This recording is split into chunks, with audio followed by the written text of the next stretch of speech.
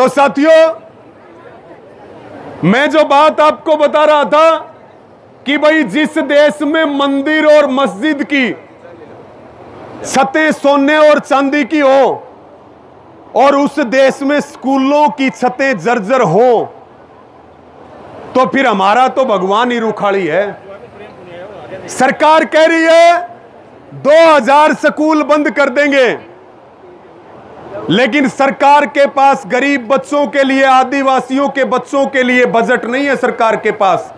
ये कह रहे हैं कि राम मंदिर के बाद बिहार में सीता मंदिर बनाएंगे। 882 करोड़ रुपए जारी कर दिए। राजस्थान का मुख्यमंत्री 5000 करोड़ का हेलीकॉप्टर खरीद लेता है और आदिवासियों के बच्चों का अंतिम संस्कार भी टायरों से जला करके किया जाता है। कभी संसद गिरी तो उससे पहले नहीं बन गई। कभी डीसी ऑफिस की छत गिरी है क्या? कभी एसडीएम ऑफिस की छत गिरी है? छत किसकी गिरेगी? जहां पर गरीब बच्चे पढ़ाई करते हैं उस स्कूल की छतें गिरेंगी। सरकार ये कहती है कि भाई भगदड़ मची। अरे भाई डांट ले एक बार यार, 2 मिनट पी लेंगे शांति से।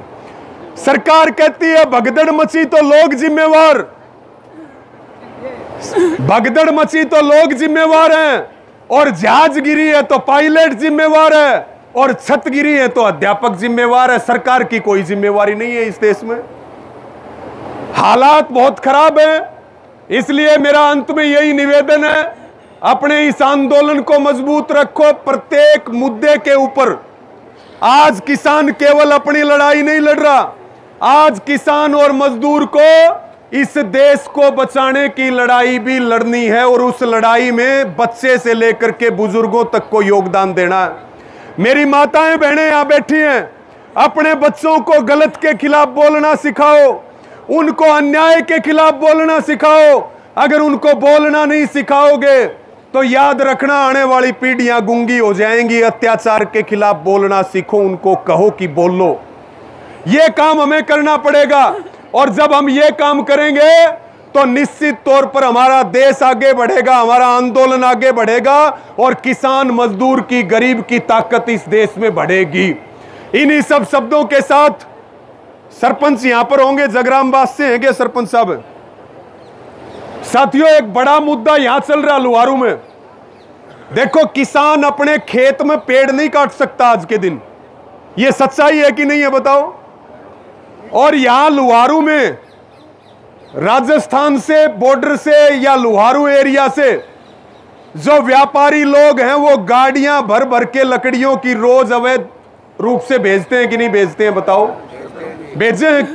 उसमें क्या करते हैं? फॉरेस्ट वाले कमीशन लेते हैं, पुलिस के लोग कमीशन लेते हैं, प्रशासन वाले कमीशन लेते हैं।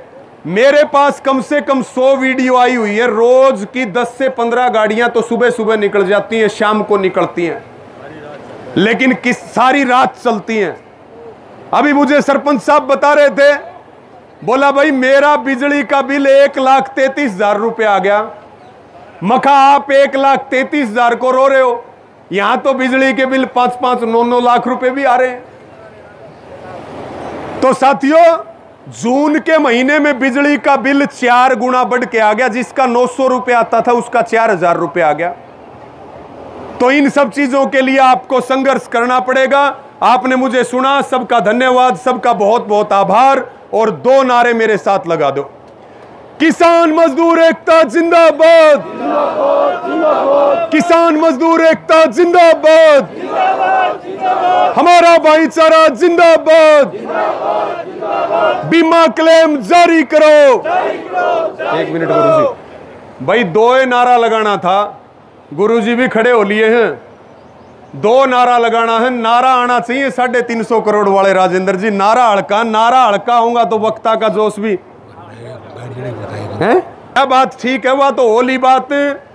ये जो 10 साल के उसकी बता रहे हैं कि भाई 10 साल का ट्रैक्टर किसान का नहीं चलेगा, 10 साल की डीजल की गाड़ी नहीं चलेगी एनसीआर में।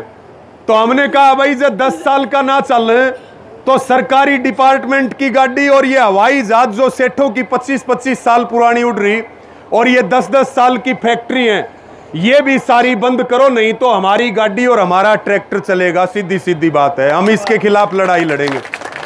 तो भाई नारे दो लगा दो और पूरी ताकत भ्याणीता है तरह नारा जाना चाहिए, इतने आदमी हो।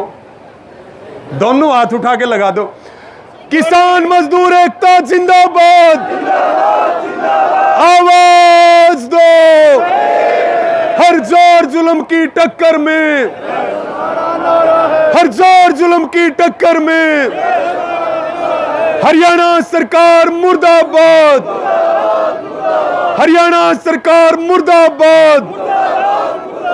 बीमा क्लेम जारी करो। बहुत बहुत धन्यवाद लोग।